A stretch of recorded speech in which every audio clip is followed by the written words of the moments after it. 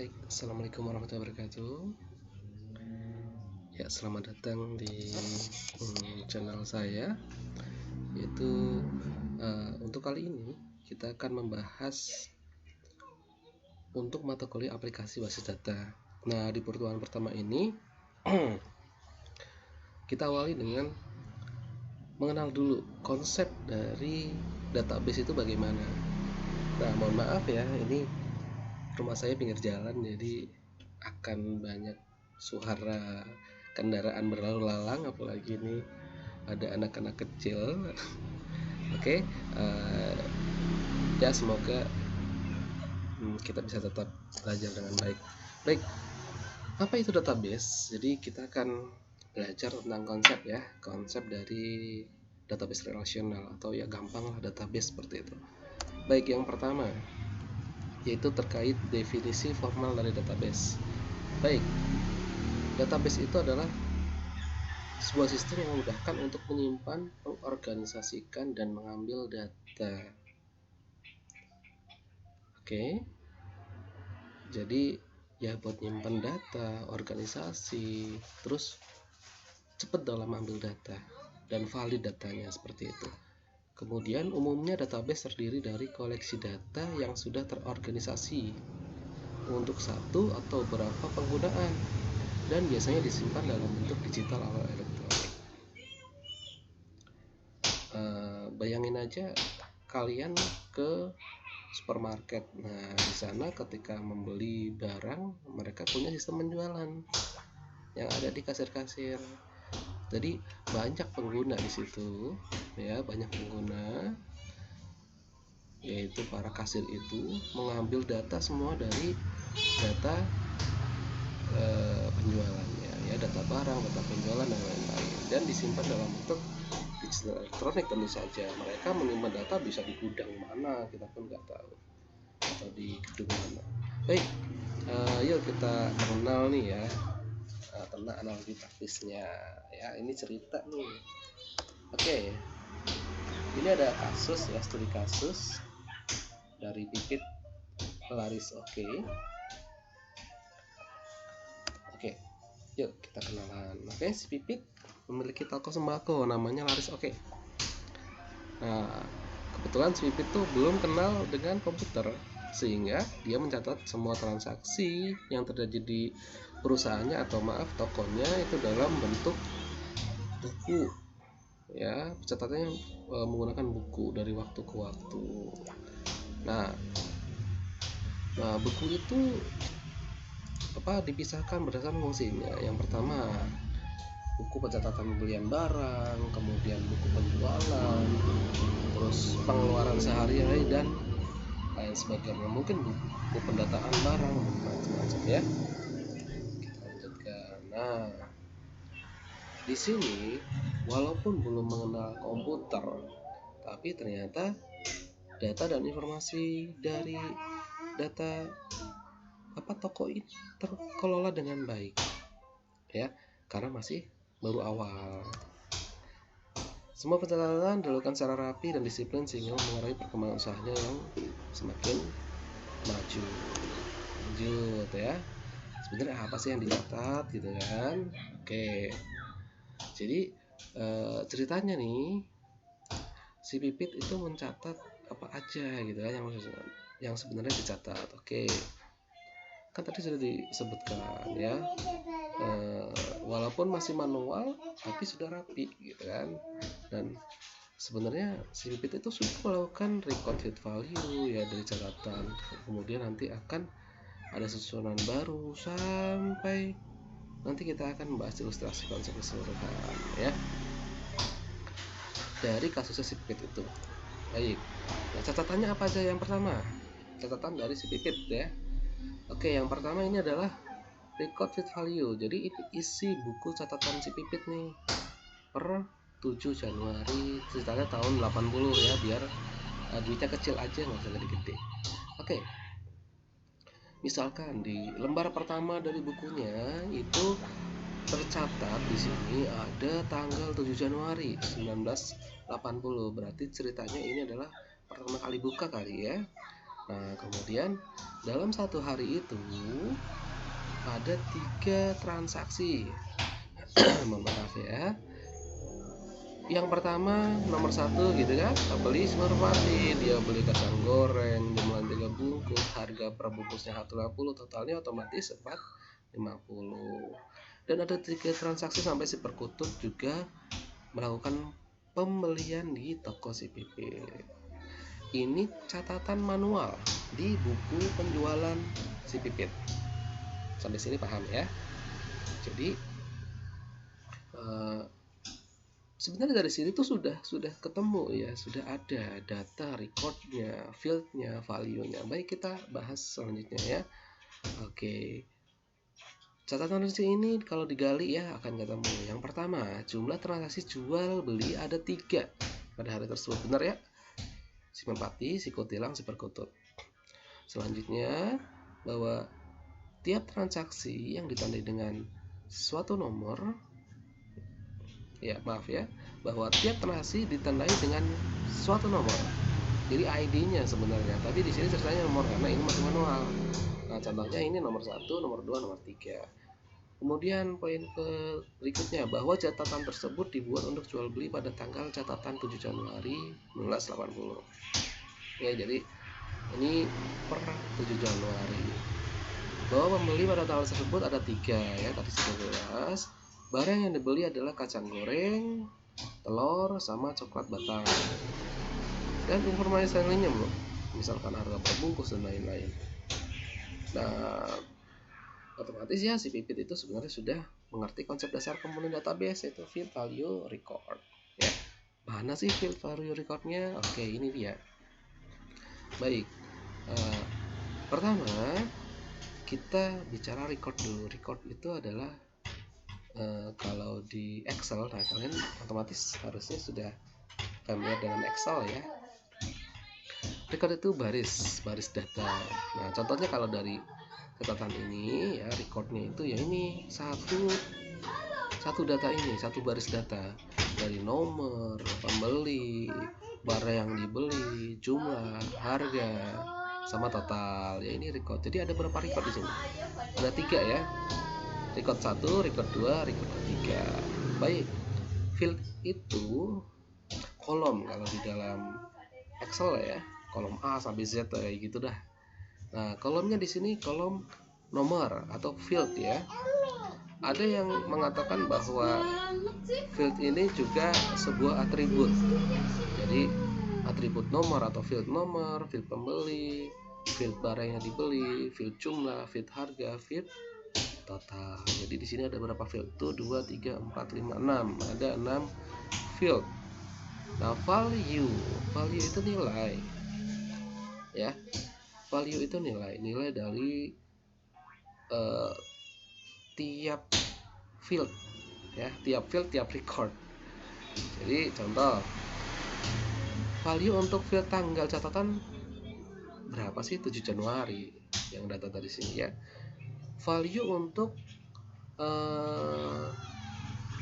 total harga, total bayar atau total harga untuk record pertama.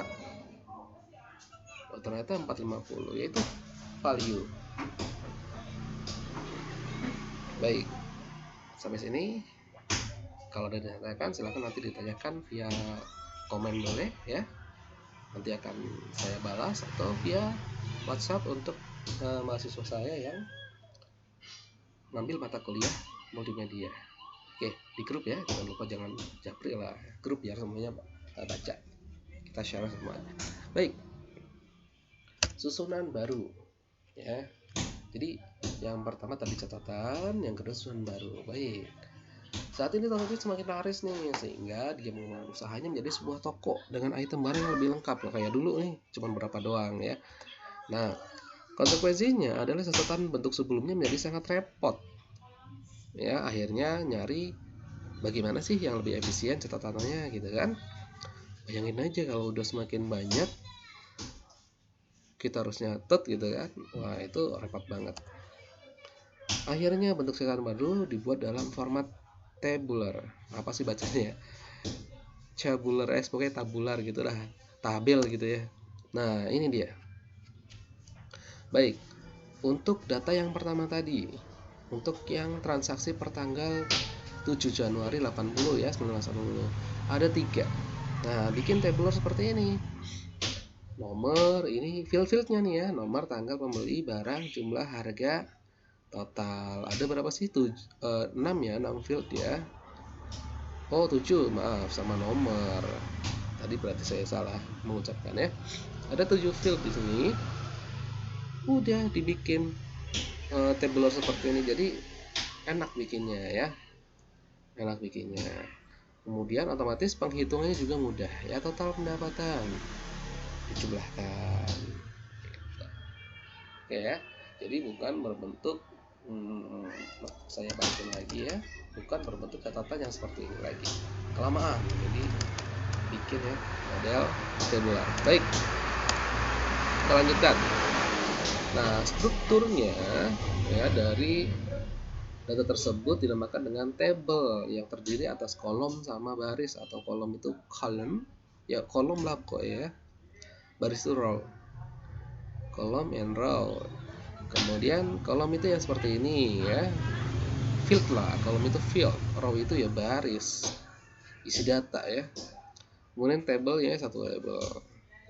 Oke, misalkan ini yang ditunjuk nama kolomnya adalah kolom pembeli, sedangkan row-nya itu berarti row pertama dengan nomor 1 gitu ya, atau ID 1. Tabelnya kita bisa katakan ini nama tabelnya adalah tabel penjualan. Baik, kemudian nama-nama field mengisi kolom-kolom pada baris pertama dari tabel disebut sebagai header. Nah, ini header ya. Ini akan apa ya? Header ini akan digunakan kalian ketika bikin database ya, jelas nama field-nya. Kemudian ketika pembuatan table di web, nah, ada TH ya, table header. Kalian yang sudah biasa pakai web pasti akan paham kenapa kita pakai TH, table header. Baik, kita lanjutkan. Ayah lagi bikin video. Video apa? Belajar. Iya. Oke, maaf ya, anak saya. Ya, isi catatan. Nah, yang ketiga ya, poin 3, isi catatan. Sekarang nih si Pipit punya staf pembukuan yang baru nih. Tadinya kan cuma si Pipit doang. Nah, sekarang ada si Bangau. Ya, yang kerjaannya itu nyatet ya. Nyatet pembukuan dah gitu, dan semua dilimpahkan ke si Bangau. Si Pipit tinggal manajemen aja. Baik. Nah, tapi di akhir bulan nih, atau misalkan di training pertama gitu kan ya, atau hari pertama, misalkan ini hari pertama ternyata ya, si Pipit itu bingung ketika ngecek pembukuan dari si Bangau ya, dari tabular yang sudah dibikin si Pipit sebelumnya ya.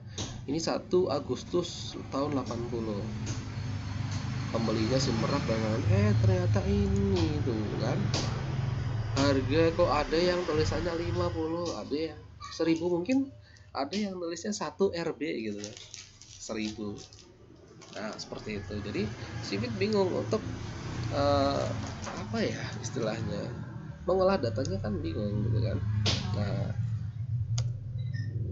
akhirnya Sipit membuat keputusan bahwa agar hal tersebut tidak berulang, Sipit mengeluarkan aturan ya untuk kolom jumlah ini jumlah nih. Nah, harga dan total itu harus diisi angka, bukan teks ya, harus angka nominal, bukan teks. Itu Sipit bikin aturan seperti itu. Artinya dalam database itu namanya adalah tipe data. Jadi kita dalam membuat sebuah field atau sebuah table yang isinya field, kita harus menentukan nih tipe datanya apa. Jangan sampai misalkan ya, tanggal nih, tanggal. Di sini kita sudah bikin format tanggal, bulan, tahun. Tapi ada yang isi kadang kalau misalkan manual ya, ada yang tanggalnya oke, bulannya pakai teks. Ini bisa berarti misalkan 1 Agustus bukan 8, kemudian 1980. Kalau kita nggak ngatur, maka akan terbentuk hal-hal yang seperti itu bisa ya. Jadi kita harus atur tipe datanya. Kalau tanggal, tipe datanya misalkan date ya. Date format pun banyak isinya ya. Anggap aja pokoknya date lah, tanggal gitu ya. Nah, kemudian nama pembeli. Nah, nama pembeli masa mau diisi dengan 1000 kan nggak mungkin. Nama pembeli itu teks ya. Jadi diisi dengan tipe data teks atau string. Ya, kalau misalkan di MariaDB kita pakai varchar. Ya. Nama barang juga varchar, jumlah, harga. Nah, jumlah itu nominal ya, harga juga nominal atau angka, total juga angka, tapi ada bedanya. Nanti kita akan belajar lebih jauh terkait tipe data numerik ya. Numerik atau angka itu terbagi menjadi ada integer, long integer, ada single, ada double. Nanti kita akan bahas di pertemuan berikutnya ketika tipe data ya. Intinya tipe data itu sangat penting, oke, fix ya. Baik, kita lanjut. Rak penyimpanan. Nah, selanjutnya adalah rak penyimpanan nih. Setelah tadi ngurusin tipe data dan kawan-kawan, yang bikin table, bikin tipe data tiap fieldnya. Nah, sekarang rak penyimpanan ya. Telah disinggung sebelumnya bahwa buku catatan table si Pipit tidak hanya satu tapi banyak ya, banyak. Di antaranya adalah tabel penjualan, pelanggan, kemudian produk, dan lain-lainnya ya. Nanti kan banyak, tapi kan tidak kita bahas satu persatu. Jadi intinya banyak katanya.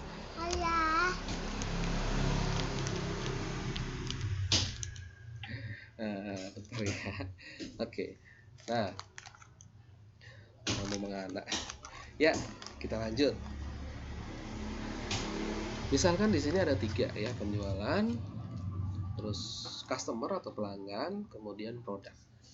Ya. Nah, biasanya kalau di produk di sini ada harga ya, tapi di sini ada harga ya, biarin lah. Ini namanya juga pasti konsep ya. Nah, wow, buku-buku. Data tersebut disimpan ke dalam rak ya. Jadi buku penjualan ya taruh di rak. Buku pelanggan taruh di rak. Buku produk taruh di rak. Nah, rak tersebut namanya adalah database ya, database. Jadi tabel penjualan itu namanya table, kumpulan dari banyak tabel, kemudian di mana masing-masing tabel ini saling berelasi ya. Jadi pembeli akan dipakai di penjualan ya kan, terus produk jelas akan dipakai di penjualan, maka ini semuanya berelasi ya, pembeli ke penjualan, produk atau barang ke penjualan, jadi semua berelasi. Nah, data atau tabel-tabel yang saling berelasi ini disimpan ke dalam rak ya. Dalam rak itulah, rak itu kita namakan basis data atau database bahasa Inggris. Nah, sampai sini paham ya? Insya Allah paham. Kalau nggak ada pokoknya tanya lah di komen sebanyak-banyak, bebas gitu ya. Pas saya ada waktu akan saya jawab komennya insya Allah. Baik, kita lanjutkan. Staf administrasi pembukuan atau client server itu poin 5 ya. Baik, tadi Bangau ditugaskan sebagai pencatat ya, pembukuan. Nah, kemudian otomatis melayani si Pipit dong, atau staf lainnya. Nah, kalau misalkan ada staf baru nih yang mau nyari data yang tersemat dalam database, misalkan si Pipit lupa atau si staf baru lupa, misalkan harga minyak goreng yang terbaru berapa sih gitu kan, itu kan kita bisa tanya ke si Bangau untuk mencari data harga dari catatan produk atau barang. Yang kelima. Kemudian hubungan si Pipit dan Bangau kita sebut dengan istilah klien dan server ya. Si Pipit klien, dia meminta data, si Bangau itu server melayani ya. Nah, jika ada staf lain misalkan si Merak, maka si Merak disebut sebagai klien contohnya ya. Si Bangau sebagai server, ini Merak sama Pipit sebagai klien. Merak, wow. kayak yang di konsultan ada Merak. Iya. kepada ya. Oke, kita lanjut ya. Definisi client server nanti saya lagi bikin video dulu ya di database relational. Database server adalah aplikasi software yang mengelola database secara terpusat tuh ya. Jadi secara terpusat nih dan melayani permintaan pengolahan data dari klien. Jadi kalau dalam satu kelompok nih kalian ada yang dibilang servernya atau satu kelas ya, berarti pelayan tuh sebenarnya ya. Oke, bercanda ya. Tapi emang bener sih ya. Makanya udah deh nggak usah jadi server ya. Kita belajar bareng aja gitu kan. Nah, selanjutnya database client ya. Jadi software atau aplikasi yang melakukan permintaan pada server untuk melakukan pengolahan data ya. Seperti untuk input data, kemudian penerimaan data dan lain-lain lah, banyak banget ya. Baik. Jadi beda ya database server dengan database client. Baik, nah sekarang poin 6 yaitu bahasa komunikasi. Amira nanti dulu saya. Ayo, sekarang main sama Dek Bara. Main sama Dek Ron dulu ya. Ayo. Baik, kita lanjutkan. Nah, si Bangau kan dia bertugas sebagai administrasi pembukuan ya. Atau kalau dibilang servernya, database servernya. Nah, tentunya agar bisa efektif nih, klien juga harus tahu cara berkomunikasi dengan si Bangau. Bangau punya, kalau di bahasa perburungan ya, bahasa perburungan. Tentu saja Bangau punya bahasa sendiri, ya.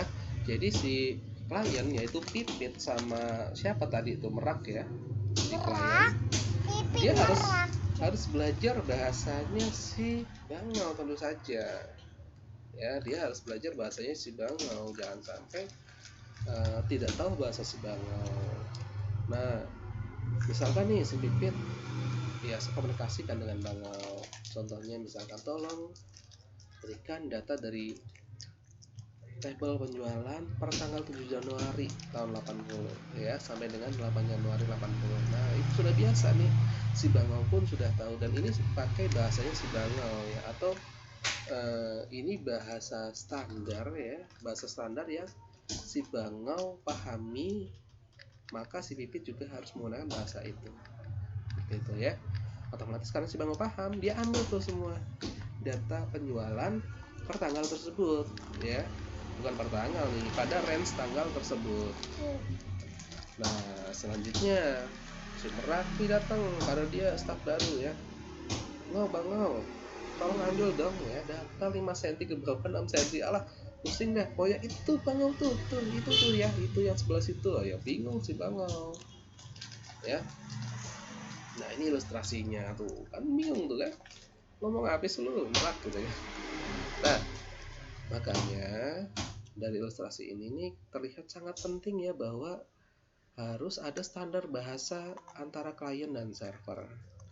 Nah, standar bahasa yang digunakan ya oleh database relasional itu namanya adalah SQL ya, bahasa Indonesianya SQL gitu ya, Structured Query Language. Ini namanya bahasa standar yang digunakan oleh database relasional.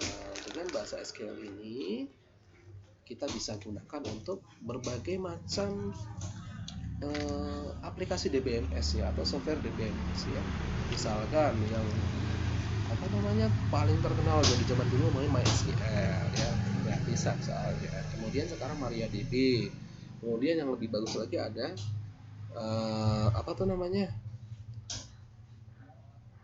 Microsoft Microsoft SQL Server gitu kan, dan banyak sebagainya.